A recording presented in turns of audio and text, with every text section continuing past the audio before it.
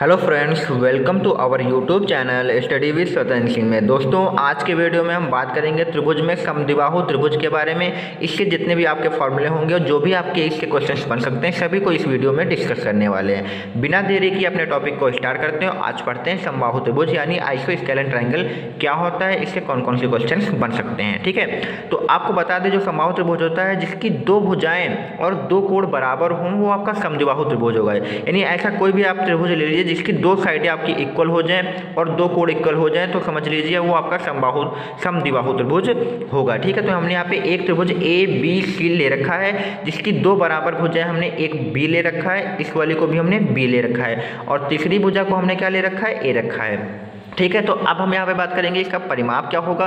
तो परिमाप हमने आपको बताया था कि तीनों भुजाओं का योग होता है। तो एक भुजा बी है, दूसरी भुजा बी है, तीसरी भुजा ए है, तो दो बी को हम जोड़ेंगे तो 2b हो जाएगा, और तीसरा ए यहाँ पे जोड़ेंगे तो 2b + a आपका परिमाप आ जाएगा। फिर बात करें, अगर यहाँ पे आधार अगर हम BC मान लें, तो इस पर अगर हम यहाँ पे एक लंब खींचे तो ये आपकी ऊंचाई होगी। अब आपको याद रखना होगा, ये फॉर्मूला अगर आप हमेशा पढ़ रहे हैं तो इसी के अकॉर्डिंग यहाँ पे आपको फॉर्मूले अप्लाई करने हैं, क्योंकि हमने जो सेम भुजाएं मानी है वो बी मानकर लगाई हैं। ठीक है, तो और हमने जो ऊंचाई ली है वो तीसरी भुजा पर ली है। तो त्रिभुज की ऊंचाई यानी h बराबर जो फॉर्मूला होगा वो 1/2 अंडर रूट में आपका 4b² - a² होगा। कहीं कहीं पर लोग आपको सेम भुजा a मानकर बता देते हैं, तो यहाँ पर आपका 4a² आगे हो जाएगा। b अगर सिंगल मानते हो तो b पीछे, लेकिन हमने यहाँ पे 2b माना है तो आपको b आगे रखना होगा। ये याद रखना होगा कि जो आपकी सेम भुजाएं हैं वो आपकी आगे होती हैं। ठीक है, तो 4b² - a² हो जाएगा। इसके बाद समद्विबाहु त्रिभुज का जो क्षेत्रफल का फॉर्मूला होता है वो a/4 अंडर रूट के अंदर 4b² - a², ये आपका समद्विबाहु त्रिभुज का क्षेत्रफल का फॉर्मूला होता है। और आपको भूलना नहीं है कि ये b आपकी दो सेम भुजाएं होंगी, a आपकी तीसरी भुजा होगी। इसी के अकॉर्डिंग हम यहाँ पे क्वेश्चन को सॉल्व करते हैं। तो चलिए अपना आज का पहला क्वेश्चन सॉल्व करते हैं। फ्रेंड्स, यहाँ पे हम अपना पहला क्वेश्चन सॉल्व करते हैं। यहाँ पे दिया हुआ कि एक समद्विबाहु त्रिभुज जिसकी दो भुजाएं 6 सेंटीमीटर हैं, यानी दो भुजाएं जो दी गई हैं वो दोनों की दोनों 6 सेंटीमीटर है। तो हमने आपको बताया था जब भी आपकी सेम भुजाएं दी जाए तो उसको आपको b से न मानना है। तो b बराबर आपका 6 सेंटीमीटर दिया हुआ है। ठीक है, तो दो भुजाएं आपकी b हो जाएंगी, दोनों 6 हो जाएंगी। तीसरी भुजा आपकी दी है 4 सेंटीमीटर, तो तीसरी भुजा को हमने आपको कहा था a से मानना है, तो a बराबर आपका 4 सेंटीमीटर दिया हुआ है। तो पूछा गया तो त्रिभुज का क्षेत्रफल ज्ञात कीजिए। तो हमने आपको त्रिभुज के क्षेत्रफल का फॉर्मूला बताया था, a बराबर होगा आपका a/, यहाँ पे हो जाएगा 4 अंडर रूट में आपका 4b² - a², ये हमने आपको फॉर्मूला नोट कराया हुआ है। तो यहाँ पर a की वैल्यू आप यहाँ पे 4 रखेंगे तो 4/4 आएगा। अंडर रूट में आप यहाँ पे 4b की वैल्यू यहाँ पे 6 रखेंगे तो 6 का स्क्वायर लिख लीजिए, और a की वैल्यू यहाँ पे अंदर क्या रखेंगे, 4 का स्क्वायर रखेंगे। तो ये तो 4 4 कट जाएगा।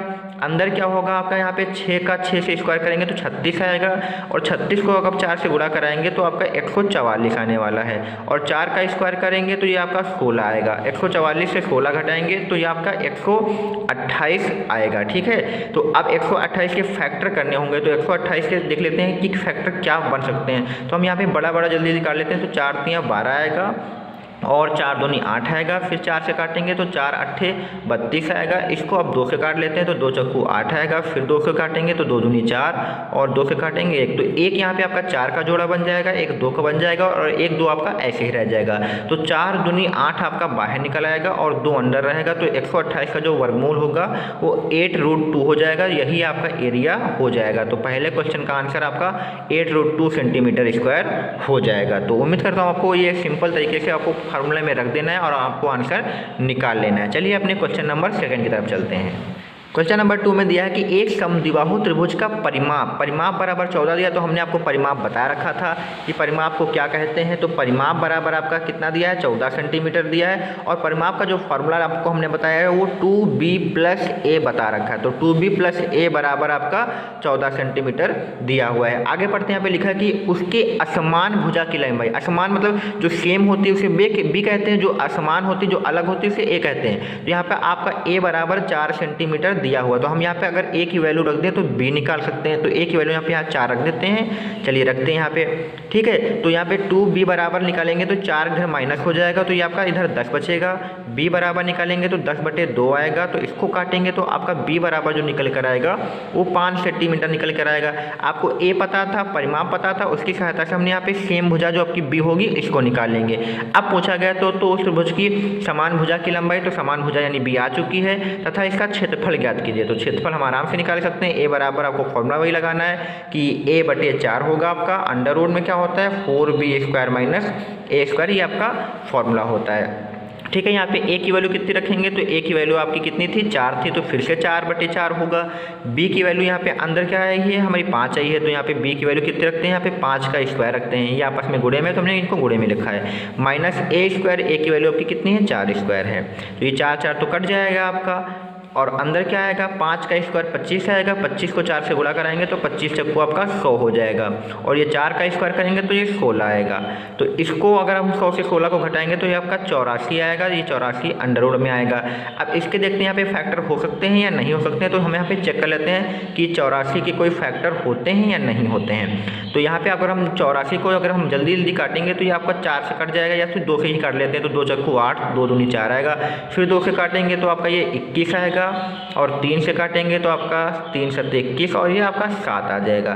तो यहाँ पर आपका एक ही फैक्टर बन रहा है जो कि 2 का बन रहा है, बाकी आपका 21 अंदर रहेगा। तो 84 का जो आपका एरिया आएगा वो 2 अंडर रूट 21 यहाँ पे निकल कर इसका एरिया आ जाएगा। तो फ्रेंड्स यहाँ पे आपका जो क्षेत्रफल होगा 2 रूट 21 सेंटीमीटर यहाँ पे स्क्वायर हो जाएगा, क्योंकि 21 का कोई अंडर रूट नहीं होता है। तो उम्मीद करता हूँ आपको ये भी क्वेश्चन क्लियर हो गया होगा।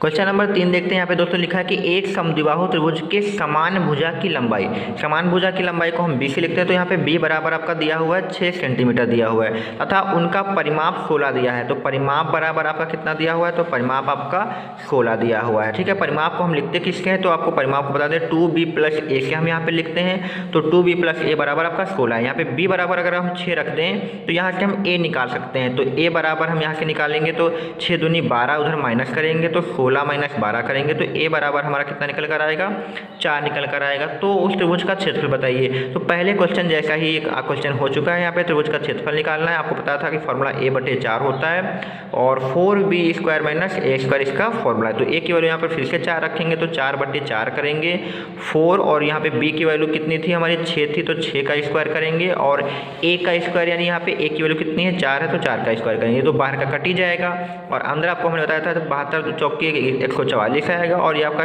116 आएगा। तो 144 से 16 घटाएंगे 128 आएगा, और 128 का वर्गमूल आपको हमने बताया था कि कितना आया हुआ था। तो जो आपका 128 का अंडर रूट आया था वो आपका 8 अंडर रूट 2 आया हुआ। तो फ्रेंड्स यहाँ पे इसका आंसर भी आपका 8 रूट 2 सेंटीमीटर स्क्वायर हो जाएगा। तो ये क्वेश्चन आपका थोड़ा सा पहले क्वेश्चन से मिलता था, लेकिन इतना नहीं मिलता था क्योंकि यहाँ पे सीधे सीधे नहीं दिया हुआ था, ठीक है। तो चलिए आज का अपना लास्ट क्वेश्चन भी देख लेते हैं। क्वेश्चन नंबर यहाँ पे हमारा लास्ट कह रहा है कि एक समद्विबाहु त्रिभुज का क्षेत्रफल ज्ञात करना है, यानी हमें a निकालना है, जिसकी समान भुजा की लंबाई 8 सेंटीमीटर है। यहाँ पे समान भुजा यानी हमारा जो समान भुजा होती है उसे b से लिखते हैं, तो b बराबर 8 सेंटीमीटर दिया है, तथा असमान भुजा की लंबाई 6 सेंटीमीटर यानी हमारा a बराबर 6 दिया हुआ है। तो एरिया निकालना है आपको, फटाफट वही करना होगा, a/4 करना होगा, 4b² माइनस a² करना होगा।